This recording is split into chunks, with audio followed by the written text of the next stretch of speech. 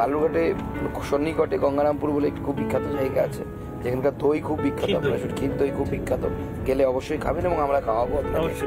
এবং সেখানে বানগড় বলে একটি জায়গা আছে যার হিস্টোরিক্যাল এবং মাইথোলজিক্যাল ইম্পর্টেন্স আছে। মানে মাইথোলজিতে অর্থাৎ পুরাণে বলে যে ভগবান শ্রীকৃষ্ণ ওখানে এসেছিলেন বানাসুরের সাথে যুদ্ধ করার জন্য। বানাসুরের মেয়ে উষা তাকে হরণ করতে এসেছিল ভগবান শ্রীকৃষ্ণের নাতি অনিরুদ্ধ, এবং ওখানে এখন একটা জায়গা আছে এবং রাস্তা আছে যার নাম হচ্ছে উষা হরণ। রাস্তার নামই উষা হরণ রোড। হ্যাঁ, ওই রাস্তা ধরে উষাকে হরণ করে নিয়ে গেছিলেন এবং তারপরে বানাসুরের সাথে ভগবান শ্রীকৃষ্ণের যুদ্ধ হয়। মাইথোলজি, এটা মাইথোলজি, এবং এর সাথে হিস্টোরিক্যাল তার যে ইম্পর্টেন্স, সেখানে পাল যুগ সেন যুগের বিভিন্ন এক্সকাভেশন হওয়ার পর আছে। বহুদিন ধরে এক্সকাভেশনের পর আর হয়নি। আমরা এত বছর পর সেখানে 3 কোটি টাকা স্যাংশন করিয়েছি। আপনি বোধহয় প্রথমে প্রাইমারি স্কুলেও চাকরি নিয়েছিলেন, কিন্তু সেই চাকরি আর করেন? চাকরি নিইনি, চাকরি এসেছিল, আমি তখন চাকরি ডিনাই করি, এবং ডিনাই করে আমি তখন আমি এমএসসি করছি, এমএসসি কে কন্টিনিউ করি। না, এটা কি কারোর প্ররোচনায় চাকরিটা ছেড়েছিলেন? না, আমি ওই একটা সময় খুব স্ট্রং ডিসিশন নিয়েছিলাম। এবং সেটা বোধহয় আপনার বাড়িতে, বিশেষ করে আপনার বাবা মা পছন্দ করেন? বাবা মার একটু তো থাকেই যে কি করে খাবে ছেলেটা আমার।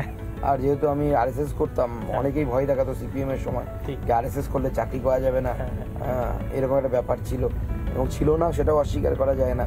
আমরা অনেক চোখ রাঙানি সহ্য করেছি সেই সময় সঙ্গের শাখা করতে গিয়ে, নানা রকম বাধার মুখে পড়েছি। আবার উল্টো রকমও দেখেছি, কিছু সিপিএম এর ভেতরের লোক ছিল, তারা বলতো যে ভালো জিনিস ওটা কর, ওরা হয়তো করার ইয়েটা পেত না, ছোটবেলায় হয়তো করেছিল। তো যাই হোক, এইভাবে পরবর্তী সময়ে স্কুলে চাকরি করা, স্কুলে 1 বছর 3 মাস পড়ানো, এবং তারপরে যেরকম মিডিল ক্লাস ফ্যামিলির হয় আর কি, তারপরে নেট কোয়ালিফাই করা, কলেজে পড়ানো, কলেজে প্রায় 5 বছর পড়ানোর পর ইউনিভার্সিটিতে 5 বছর পড়ানো, এবং তারপরে রাজনীতিতে আসা হঠাৎ করে। ঠিক। আজকে অনেকক্ষণ সুকান্তবাবুর সঙ্গে এই ট্রেনে যেতে যেতে কথা বললাম। এরপরে বালুরঘাটে উনি পৌঁছানোর পর ওনার রোজ নামচাটা কেমন কাটছে, সকালটা কখন হচ্ছে, চাটা বাড়িতে বৌদির সঙ্গে খেতে পারছেন কি পারছেন না, নাকি কর্মীদের সঙ্গে রাস্তায় গিয়ে খাচ্ছেন, ব্রেকফাস্ট কখন হচ্ছে, লাঞ্চ কখন হচ্ছে, ডিনার করার কোনো ঠিক ঠিকানা থাকছে কিনা, কর্মীদের সঙ্গে কখন কিভাবে সময় কাটাচ্ছেন, সমস্ত দিন নামচার সাক্ষী আমরা থাকবো আগামী কয়েকদিন।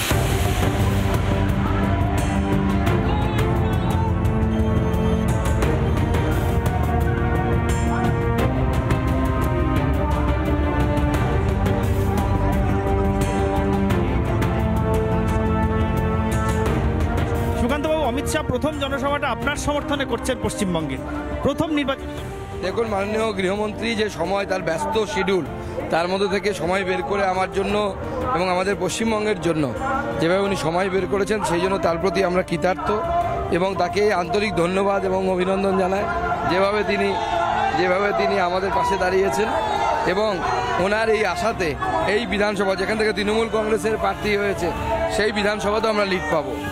না, এই বিধানসভা, এটা কোন বিধানসভায় পড়ছে?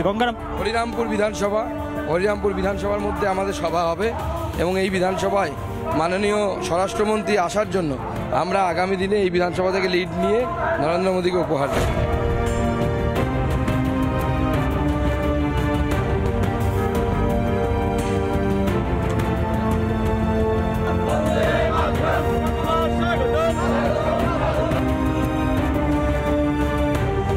সকাল থেকে বালুরঘাট বিধানসভা ক্ষেত্র এলাকাতেই প্রচারে রয়েছেন সুকান্ত মজুমদার, এবং পায়ে হেঁটে প্রচার করছেন।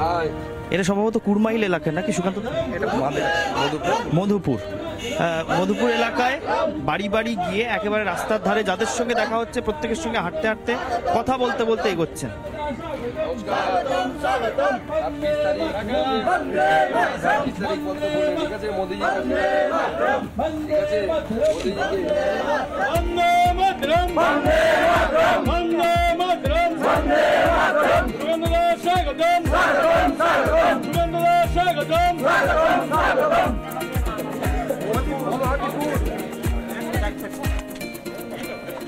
এই যেভাবে আপনাকে বরণ করা হলো, ধূপ দিয়ে আরতি করছেন, ফুল ছুটছেন, গলায় মালা পরিয়ে দিচ্ছেন, মানে এইভাবে তো মানুষ দেবতাকে বরণ করে না, সেরকম বিষয় নেই, কিন্তু মানুষের ভালোবাসা।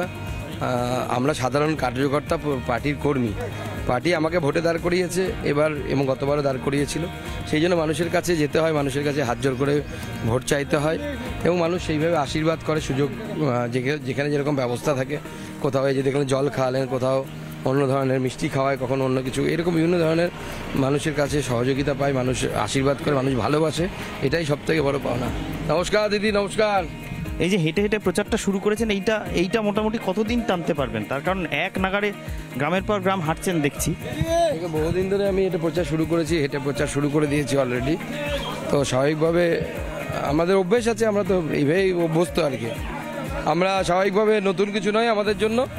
যারা এসি রুমে থেকে অভ্যেস বেরোতে পারে না, মুখে সোনার চামচ নিয়ে জন্ম নিয়েছে, পিসির ঘরে মাসির ঘরে যাই হোক না কেন, তাদের সমস্যা, আমাদের কোনো সমস্যা নেই। তারা হেলিকপ্টার নিয়ে ঘুরবে, আমাদের মাইলের পর মাইল হাঁটান, কোনো অসুবিধা নেই। না, এই যে পিসির ঘরে মাসির ঘরে সোনার চামচ মুখে নিয়ে জন্ম বলে আপনি কাকে নিশানা করলেন? এটা কি অভিষেক বন্দ্যোপাধ্যায়?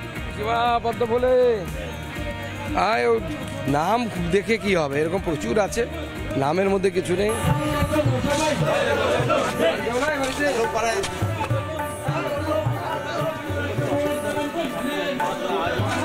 কি টিকা পাইছি কিনা করোনার সময় ভ্যাকসিন, পয়সা লাগেনি তো একটা, তাহলে মোদিজি ওইখান থেকে বসে আপনার জন্য পাঠান। এই মুহূর্তে যে পাড়ায় সুকান্ত মজুমদার পদযাত্রা করছেন, একসময় এই পাড়া সম্ভবত আরএসপির শক্ত ঘাঁটি ছিল।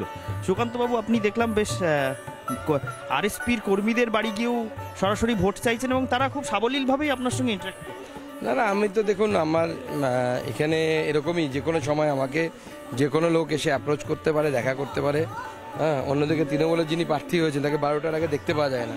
নমস্কার দাদা, 26 তারিখ ভোট, পদ্ম ফুলে মোদিজিকে আশীর্বাদ করতে হবে, ঠিক আছে? মোদিজি থাকলে দেশ ঠিক থাকবে।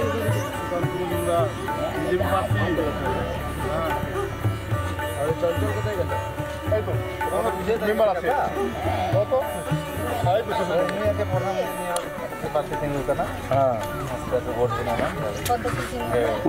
পড়াইনি বাহা বলে কি না?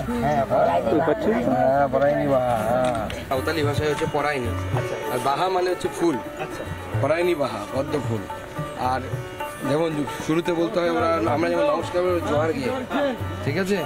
এই যে এটা খুব ইন্টারেস্টিং লাগলো, আপনি যে ভাষায় এখানে কমিউনিকেট করছেন। জোহার গিয়ে বলতে হয়। আর আমি ওখানে মহিলারা একটু দূরে দাঁড়িয়েছিলেন, সেটা ওনাকে বললেন হিজুমে, মানে এখানে আসুন। হ্যাঁ, এরকম 2-4টে শব্দ জানি, পুরোটা জানি না আর কি। জানলে খুব ভালো লাগতো, আমার ইচ্ছা আছে ভবিষ্যতে শেখার, যদিও সময় পাচ্ছি না। দর্শকরাও একবার শিখে যান। এই যে আপনি পদ্ম ফুলটা দেখি কি বললেন আরেকবার? পরাইনি বাহা, পরাইনি মানে হচ্ছে পদ্ম ফুল। মানে এখানে আদিবাসী পল্লীতে এসে পরাইনি বাহায় ছাপ দিতে বলে পরবর্তী গন্তব্যের দিকে এগিয়ে যাচ্ছেন সুকান্ত মজুমদার। আমরাও সঙ্গী হচ্ছি। পদ্ম ফুলে আপনাদের আশীর্বাদ চাই। কেমন আছেন?